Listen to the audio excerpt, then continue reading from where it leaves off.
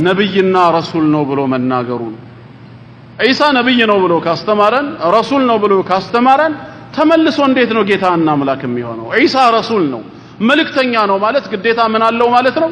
ላኪ ያለው ማለት ነው። ማን ነው ላከው? ራሱን ሊልክ አይችልም። ምን ማለት ነው ራሱን በራሱ ላከ ማለት? ኢሳ ተልኳል ከተባለ የላከው ማን ነው? የላከው አላህ ነው ከተባለ ላኪው ሌላ ነው፣ ተላኪው ሌላ ነው። ነብይና ረሱል ተመልሶ አምላክ አይሆንም ነው።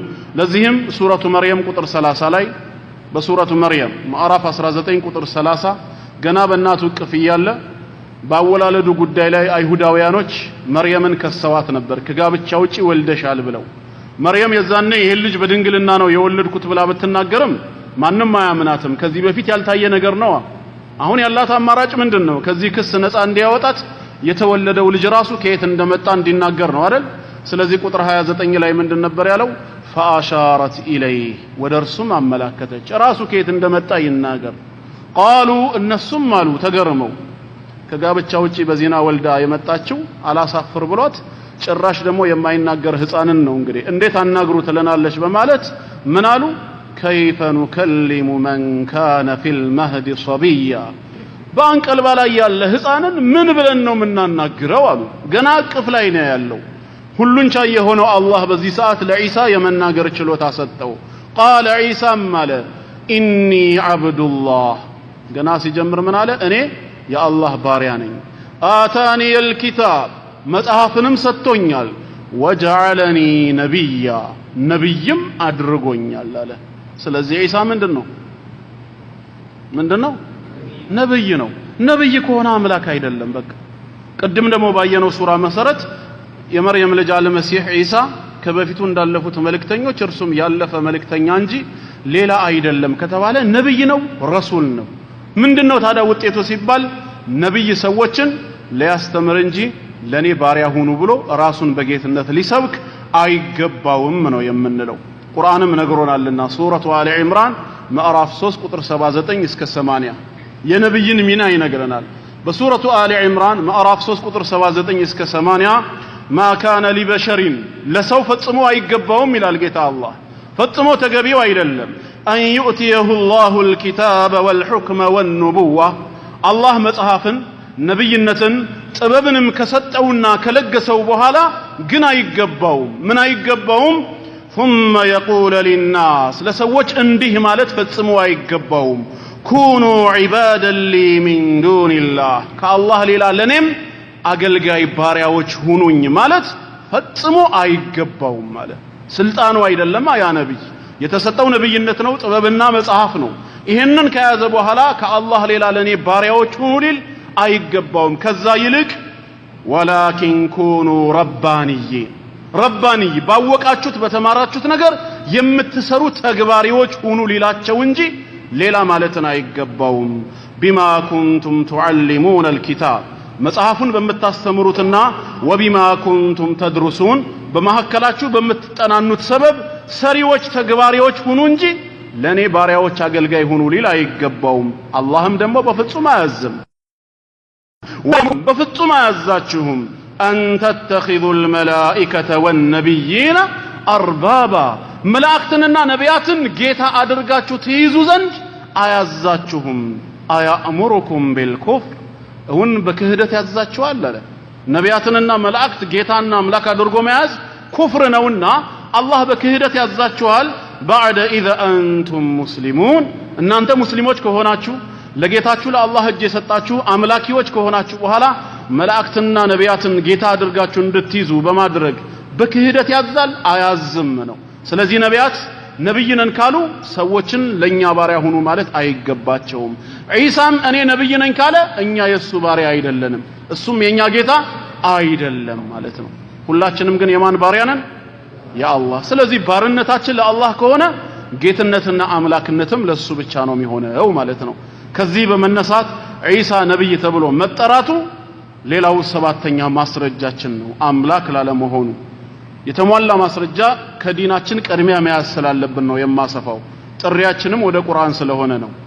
ስምንተኛ ቅዱስ ቁርአን የመርየም ልጅ አልመሲህ ኢሳ አምላክ አለመሆኑን ከሚያስተምርባቸው መንገዶች ስምንተኛው ምንድነው? ባሪያ መሆኑን መግለጹ። ኖት ኦንሊ ነብይ ባሪያም ጭምር ነው ይለናል። እውነት ነው። በሰማይ በምድር ያለው ፍጥረት ሁሉ በጠቅላላ የአላህ ምንድነው? ባሪያ ነው። ከባርነት የሚወጣ ማንም የለም። ለዚህ ነው ሱረቱ الرحمن ማነው ሱረቱ መርየም ማዕራፍ 19 ቁጥር 93 ላይ በግልጽ የተናገረው አርrahማን ልጅን ያዘ ወለደ ብለው ከባድ ንግግር ለተናገሩ ሰዎች ቁጥር 93 ላይ ኢን ኩሉ መን ፊ السماوات والارض الا آتي الرحمن عبدا በሰማያትና በምድር ያለው ሁሉ በጠቅላላ የውሙል ቂያማ አርrahማን ዘንድ ባሪያ ሆኖ የሚመጣ እንጂ ሌላ የለም ነው ያለው። ሁሉም የእርሱ ባሮች ናቸው። ባሪያ ማለት በጌታው ላይ ጥገኛ የሆነ ከጌታው ተገልሎ ራሱን ችሎ መቆም የማይችል የራሱ የሆነ ኃይልና ስልጣን የሌለው አገልጋይ ማለት ነው። ጌታ ማለት ደግሞ በባሪያው ላይ ሙሉ ስልጣን ያለው ባሪያውን እንደፈለገ የሚያደርግ ባደረገው ነገር ለምን እንዲያደርግ ተብሎ የማይጠየቅ የማይከሰስ ማለት ነው። ስለዚህም እኛ በሐቂቃ የአላህ ባሮች ነን። የኛ የምንለው ምንም ነገር የለንም። እያንዳንዱ የምንተነፍሰው አየር ከአላህ ዘንድ በተውሶ የተሰጠን ነው። ጤናችን በጠቅላላ በሱ ዘንድ ነው ዋስትና ያለው። ይህ ሙሉ አካላችን በጠቅላላ የኔ ብለን የምንጠራው እጅ እግርና የተቀረው ሁሉ የአላህ ነው። የኛ የምንለው ምንም ነገር የለም። የቆምንባት መሬት የአላህ ነች። ለዚህ ነው ከመሐከላችን ከቤተሰብ መካከል አላህ አንዱን በመውሰድ ሲፈትነን ምን እንድንል ነው የታዘዝነው? ኢና ሊላሂ ወኢና ኢለይሂ ራጂዑን። እኛ ራሳችን የአላህ ነን። እንኳን የተወሰደው ከቤተሰብ አካል የተለየን ነፍስ ይቅርና ራሳችንም የአላህ ነን። እኛም ወደርሱ ተመላሾች ነን ነው።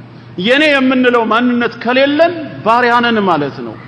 አንዳንዶቹ ቅር ይላቸዋል። ሙስሊሞች ለምን የአላህ ልጅ ነን አትሉም? ምክንያቱም እነሱ እንደዛ ነው የሚጠራሩት።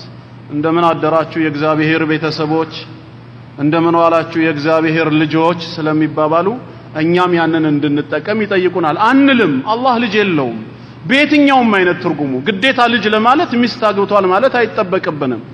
ቀጥታ ቋንቋው ራሱ ለሰውና ለእንስሳ የሚያገለግል እንጂ ለአላህ የሚያገለግል አይደለም። ባሪያዎቹ ነን። ባሪያ ነን ማለት ምንም የሚከፋን ነገር የለም። ምክንያቱም ጥገኛ ነና። ማን ነው ከአላህ ተገልሎ ራሱን የሚችል? ምን የኛ የሆነ ነገር አለን? ይሄን የምንጠጣውን ውሃ እንኳን እንዳንል ምንድነው ያለው አላህ? አፈራአይቱሙል ማአ አለዚ ተሽረቡን ይላል። የምትጠጡትን ይሄን ውሃ አይታችሁ ታውቃላችሁ አለ።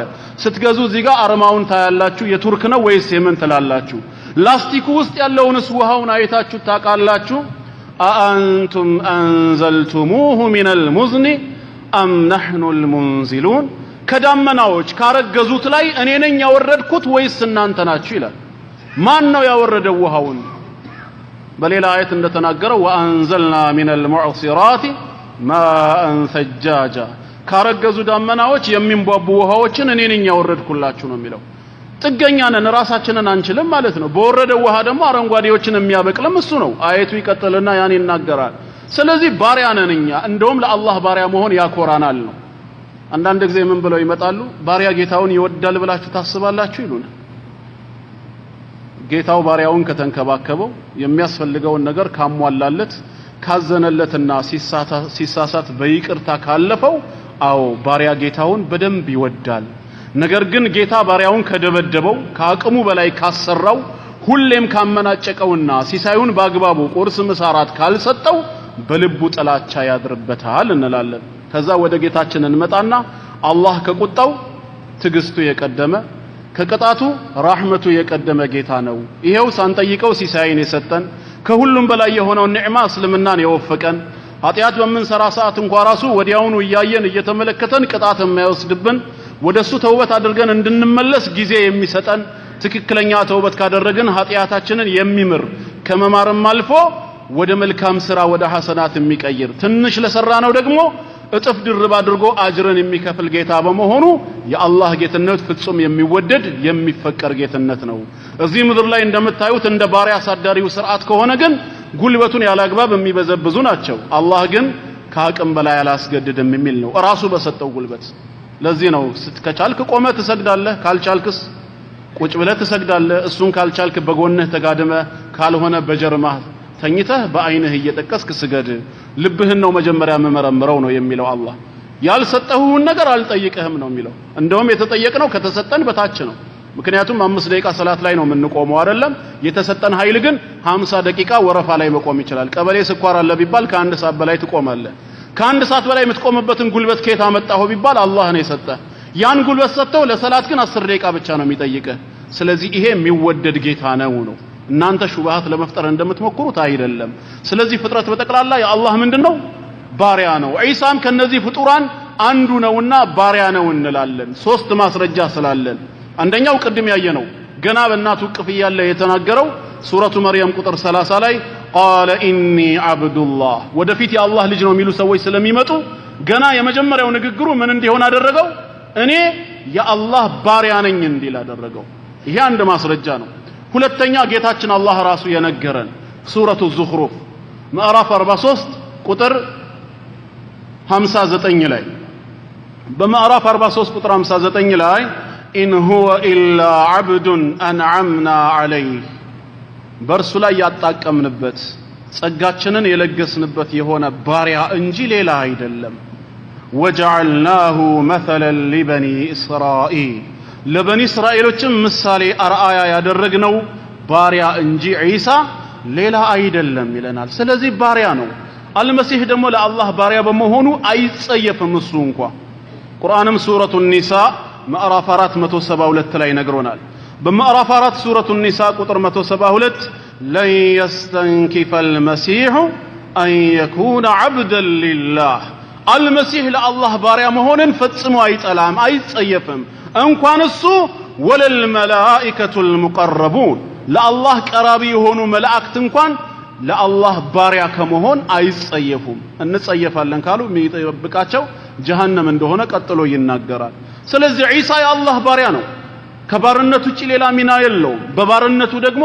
አይጸየፍም ነው ታዲያ ዒሳ ባሪያ ከሆነ ባሪያ ጌታውን መሆን ይችላል አይችልም አላህ ጌታው ነው ዒሳ ባሪያው ነው ባሪያ የሆነው ዒሳ ጌታ የሆነውን አላህን መሆን ስለማይችል ዒሳ አምላክ አይደለም ነው የምንለው ዘጠነኛ ሌላው ማስረጃ ዒሳ አለይሂ ሰላም አምላክ ላለመሆኑ በቅዱስ ቁርአን ውስጥ በስድስት ቦታ ላይ አላህ የኔም ጌታ የናንተም ጌታ ነው ብሎ በግልጽ ተናግሯል ጌታዬ ጌታችሁም አላህ ነው ይለናል የቱ ጋር ከተባለ ሱረቱል ማኢዳ ምዕራፍ 3 ቁጥር 72 እዛው ምዕራፍ 5 እዛው ሱረቱል ማኢዳ ምዕራፍ 5 ቁጥር 117 ሱረቱ መርየም ምዕራፍ 19 ቁጥር 36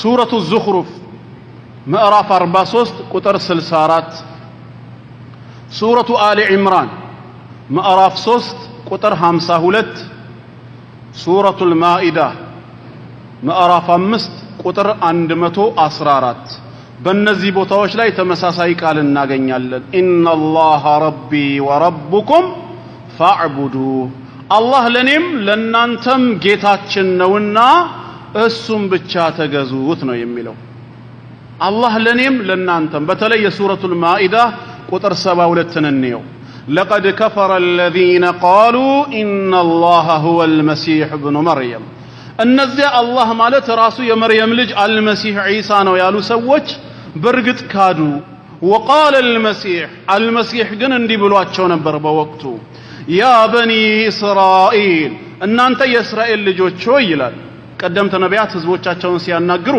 ያ ቀውሚ ህዝቦቼ ሆይ ነበር የሚሉት የመርየም ልጅ ግን አንድም ቦታ ያ ቀውሚ አይልም ያ በኒ እስራኤል ነው የሚለው ምክንያቱ ምንድነው አላህ እሱን የፈጠረው ከመርየም ብቻ ያለ ወንድ ስጋ ፈቃድ ስለነበረ ከበኒ እስራኤሎች ጋር በዘር ግንድ ሊያስተሳስር የሚችል ወላጅ አባት አልነበረውም ዘር የሚቆጠረው በአባት በኩል ነበርና ዒሳ ደግሞ ወላጅ አባት ስላልነበረው ያ ቀውሚ ህዝቦቼ ሆይ አላላቸው ያ በኒ እስራኤል የእስራኤል ልጆች የያዕቆብ አለይሂ ሰላም ዝርያዎች ሆይ አዕቡዱላህ ረቢ ወረበኩም አላህ ለኔም ለናንተም ጌታ ሲሆን እሱን ብቻ ተገዙት ኢነሁ መን ዩሽሪክ ቢላህ ይላል ዒሳ አለይሂ ሰላም እኔንም ሆነ ሌላን አካል በመገዛት በአላህ ላይ የሚያጋራ ሰው ካለ ፈቀድ ሐረመ አላሁ ዐለይሂ አልጀና አላህ በዚህ ሰው ላይ ጀነትን እርም አድርጎበታል አይገባም ወማእዋሁ النار መኖሪያው ጀሃነም እሳት ነች ወማ للظالمين من አንصار ከጀሃነም እሳት ሊከላከል የሚችል ረዳትና ዘመድ ደግሞ በዳዮች ወይም ዛሊሞች ከሃዲያን አያገኙም ይላል ኢሳ ይሄን ያስተማረው አላህ ጌታዬ ነው ጌታችሁ ነው ተገዙት አታጋሩ ነው ከዚህ ውጪ ሌላ አላለም ማ ቁልቱ ለሁም ኢላ ማ አመርተኒ ቢህ አን ይዕቡዱ ላህ ረቢ ወረበኩም አላህ ጌታዬና ጌታችሁ ነው ማለትን እንጂ አንተ ካዘዝከኝ ውጪ ሌላ ነገር አልተናገርኩም ነው የሚለው የቂያም ቀንም ይሄ ነው እውነታው ታዲያ ምንድነው አሁን ማስረጃው አላህ ጌታዬና ጌታችሁ ነው ካለ እንዴት ኢሳ የኛ ጌታ ሊሆን ይችላል እንዴት አምላክ ሊሆን ይችላል አይሆንም የኛም የኢሳም ጌታ አንድ አላህ ብቻ ነው ይሄንን ይዘን ዘጠነኛ ማስረጃ ማድረግ እንችላለን